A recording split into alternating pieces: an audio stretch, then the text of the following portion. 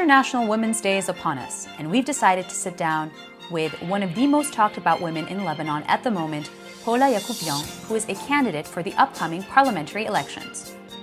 Paula Yacoubian, a veteran Lebanese journalist of Armenian descent. In her over 20 years of career, Paula has covered many international breaking news and has interviewed world presidents, prominent political and cultural figures, and most recently, the head of Future TV, Prime Minister Saad Hariri, after his shock resignation in Saudi Arabia. Her endeavors don't stop there. A philanthropist and an advocate for environmental change, she launched DEFA in 2015, a charitable drive that assisted over 100,000 underprivileged families in Lebanon. Starting a new chapter, it was only natural that she joined one of the frontrunners of the civil society political movements running for elections. What made you choose the Sabah civil society movement as opposed to any other? I've been talking to the society movement in Lebanon since last summer. Some of the factions came to me and they told me, we hear you over future and we feel that we are close. We have same ideas on many levels. You even defended Beirut Madinati once and twice, many times. So I told them, yes, I do, and I think that it is time for change in Lebanon. And they were trying to tell me what their plans are. And then I said, wait a second. No matter what you do, I'm sure you can't do as bad as what's happening right now. The failure in our country is so big. Someone needs to take the lead and someone needs to say enough. It is time for change.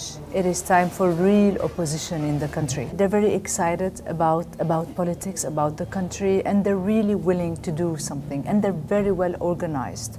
And they are persistent, consistent. And you can see right now the attack over Sabah. Everyone is asking who they are, who's giving them money. How are they funded? So, how they are funded. How do you respond to that question when people ask you how they're when funded? you hear the labels they're putting for Sabah, when you hear how they're trying to say that they're funded by the Russians, the Syrians, the Iranians, and then the U.S. Embassy, too many people, and then you realize there's something wrong. You know, even contradictory powers in the region are funding Sabah. This is funny. It became ridiculous. Can you answer the question of who is funding Sabah clearly? Sabah is answering the question on their website. Everyone can go to the website and read the names of the people funding Sabah. One thing I'm sure about, no outside powers are funding Sabah. This is something I'm very sure about. It's the people funding the people. Let me tell you, I'm sure that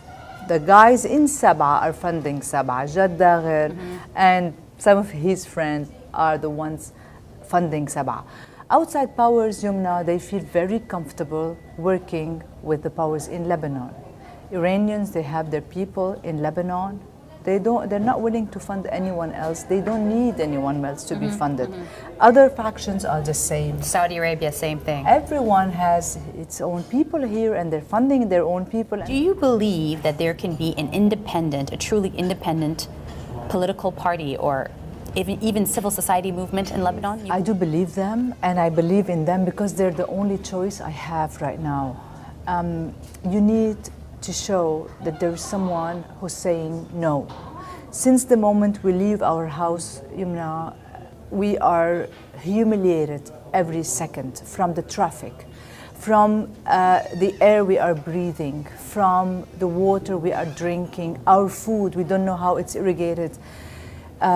The amount of pollution in Lebanon, the amount of corruption in Lebanon is unbearable. Yeah. It is unbearable. And now again we have elections. If we go, Yumna, and we say to the same political caste, again, we are giving you our voices because we have no other choice, because we like you, because you are the Zaim. If we do this again, they will not change their behavior. The only way to have behavior change is accountability. It's either people will tell them in this election, especially in this election, after 9 years of no elections, yes, there are people in Lebanon, and they will stand against you, and they have a voice, and their voices matter, or it is lost for generations and generations. It will keep on having the same result. Do you know what the plan is, what the program is? Any specifics you can share with us? The program is, right now, there's one program on Sab'a website. However, there's another program we're working on, and it's going to be out in a few days. It's for Tahaluf Watani, Coalition My Country. It's a program for all Lebanon, for all the lists that will run in the whole country. Okay. Regarding Future TV, you gave one of the most, what you call the toughest interview of your life in November, and then in January you resigned. I wanted to resign way before that, Yumna. I tried to leave many times, and they asked me to stay, and I stayed. And then I wanted to leave right after the interview, and everybody was like, "No, you can't leave right now. There's so many rumors in the country. Everybody's saying something." That's why I had to stay a little bit more, just to try to calm things down and to be able to talk again with President Hariri, which is something that I did. And I told him that I wanted to leave. He asked me to stay, and then I told him the same day that I'm gonna present my resignation tonight, and this is how I did it. And then I did it with my own voice and my own picture live on TV, so we don't hear again rumors and rumors. And next day there was rumors. I gave a lot. And those people that I worked with, Future TV, were also very good to me. I was very comfortable, and there was some restrictions maybe who I can interview with the names. But whatever I did, it was my choice, and I had the liberty to do it. And too many people were telling President Hariri that sometimes maybe I'm too harsh on some future interviewees. Yes, 14 March interviewees, and he was telling them that's journalism. Well, let her do whatever she's doing. What is your relationship today with Prime Minister Saad Hariri? I have good relations with everyone. It's their approach, towards me. I understand if it's different, and it's okay because I'm running against all the political parties that are here, that are especially in Ashrafiyeh, and I think it's our right to do that. And I don't think Hariri in person has a problem, because I was very clear and honest since day one. Everything I did, I was telling him what I'm doing and who I'm talking to. I was really very clear about it, Yumna, and I have no doubt that he understands very well my motives and why I'm doing that, and my right, of running and being with those people, because these are my anaati. These are your beliefs. These are my beliefs. Yeah. The critics that say that if elected, you could maybe rejoin Hariri, or those who criticize saying, well, what is her relationship now with Hariri? This is, again, the conspiracy theory. It is really funny for me. I'm very clear about my choices, and I don't lie to people, and I will never lie to them. And, well, I don't know how to answer something that low and stupid. Who would do this? I will not jeopardize my reputation and my credibility. This is very dear to me and very valuable for me. I will never do that. Does it hurt you? It hurts me a lot. Yes, it does hurt me, because I feel that we don't believe anything anymore. As if we lost hope, as if nobody's credible, and there is this constant desperation in Lebanon, and we cannot build a country if we keep on, losing faith in everything, not believing in anything, or just resigning from our duties. It's important now to be engaged. Lebanon needs its own people. Nobody will save us. Nobody will save us. We have to save ourselves. Exactly. Do you think the fact that you're a woman running, and that some people still, till this day, don't like to see women in power, do you think that plays a role in the attacks against you and the accusations? Unfortunately, it does play a role, and sometimes a negative role.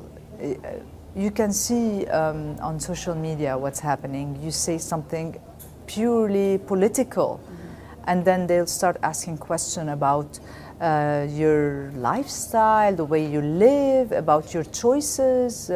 They will tell me, well, you're divorced, as if this is also an accusation or this is something like wrong. I mean, yes, we live in a difficult society, but I have faith also in our youth, and I'm thinking that this time the elections is the Pandora box. We don't know what to expect. People will go to vote, they will look at the names.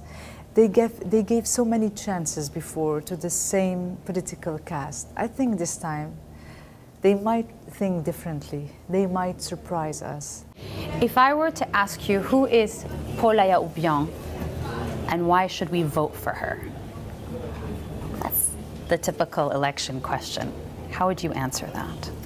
I'm a journalist since 23 years. I've been working in Lebanese current affairs for too long. And I also participated with the civil society in many activities, cleaning the sea, the underwater. I tried to raise awareness on our environment and what's happening to the sea, to our rivers. We can all see the results. And then what was for me very, very difficult to understand and to handle, it was when they opened again the garbage landfill in Burj Hamoud. For me it was outrageous because I know how much people struggled to close that place, and then they opened it with no criteria whatsoever. They're just taking the garbage, putting it there without sorting. We saw the result on our shores. So for all of that, I had the choice either to keep on, watching what's happening and nagging like everyone else, or I had the choice to say, okay, there's a price to pay. I'll pay that price, and I'll try to do something. Give the civil society movement more exposure. Tell the people that what they're doing, because Yumna, we have all to know it's very difficult to stand against the political caste. Again, they're very powerful, they're very strong, they have money, they have the media, they own almost everything. The services, anything you need, you have to go and ask for it. We have no rights as citizens. We have no rights. You cannot be opposition in Lebanon and still have rights. Even those who call themselves opposition, they're not opposition. They're angry people because they didn't get their share from the cake. Are you ever afraid? I am. I'm scared. But I have to continue, and I will fight till the end, because 10 years from now, I will look back, and no matter what the outcome is, I will say that I tried. At least I tried to do something. There are things to lose, but I can live with the worst case scenario. They're calling some of my clients, asking them not to work with me. I can still live with that. They can try to fight me, but I can fight back. What's killing me the most is then they fight my friends. Some of my friends are already feeling the pressure. They're telling them, let Paula do this for you and do that for you. They're not asking for favors. They're asking for something that's rightful within ministries, within their normal daily work. So this is something that's very saddening for me. You mentioned that they attacked you in terms of a woman who's divorced. You also happen to be a mother of a boy, Paul. How much does Paul's future, do you consider it when you think, I want to do something for the country as a mother? Well, I see my friends, they get pregnant and they looking for a place to go and deliver. They don't even consider Lebanon. Whoever has the means, they go and find, a safety net for their children, which is a foreign passport. And then if they can't have this luxury, they look for a visa later on to send them abroad and work abroad. It can't continue. It can't continue like that. We have this debate almost every day, Wafa and I. He wants also Paul to go and live abroad, to be, a citizen like everyone else, not the son of Wasta. Wasta in Lebanon, you know how big it is, unfortunately. So I do have Wasta in Lebanon, but it should not be like this. We should be all of us normal citizens. We should be equal. And this is what I'm fighting for. Well, now I don't think I have WASTA anymore, which is not a bad thing. But I want Paul to have the choice of staying here if he wants to stay here, because he loves his country. He doesn't know any other country. He's been here since he was born, and his friends are here, school is here, everything is here. So we have always this rupture. They finish school, and we look for a way to send them abroad. This is very painful. This is a real country for us. This is where we should have a future, or have at least, you know, the choice to stay here. You've heard about the Me Too movement taking over all across the globe. I wanted to specifically ask about women in media, because even for myself, you know, you get questions sometimes that are insulting and abusive. How did you make it to be an anchor? How did you, and you climbed to the top of your career, and I'm sure you faced some form of sexual harassment. How do you overcome this in a country like Lebanon? I think every woman in Lebanon has faced sexual harassment at a certain time. It's difficult to say Me Too in Lebanon. I say it. I say Me Too, yes. But it wasn't, you know, it was sometimes with words, sometimes a little bit more. You learn how to handle it, and how to shame them and stop them at one point. But I think the Me Too movement should arrive to Lebanon, because we should talk. We cannot face things if we don't talk about it. There should be no taboos, enough hypocrisy, and trying to hide things that shouldn't be hidden. And there's nothing shameful, especially if you're the victim. I'm sure we have a lot of Me Too, it's just not out in the open. They are ashamed. Exactly. But what options do they have? Well, right now, again, awareness is key. We have to talk about it, and we have to empower women. And I think the more you see women in power, in decision-making, there's no woman in decision-making. The more you see women there, it will automatically empower women. It will give them a voice. It will give them strength. It takes courage as women to lead change, especially in our part of the world, where constant pressure exists to prove ourselves, no matter the achievements and no matter the titles. However, there's comfort in seeing women take risks with confidence and resilience. And these are the qualities that will finally put a crack into that glass ceiling.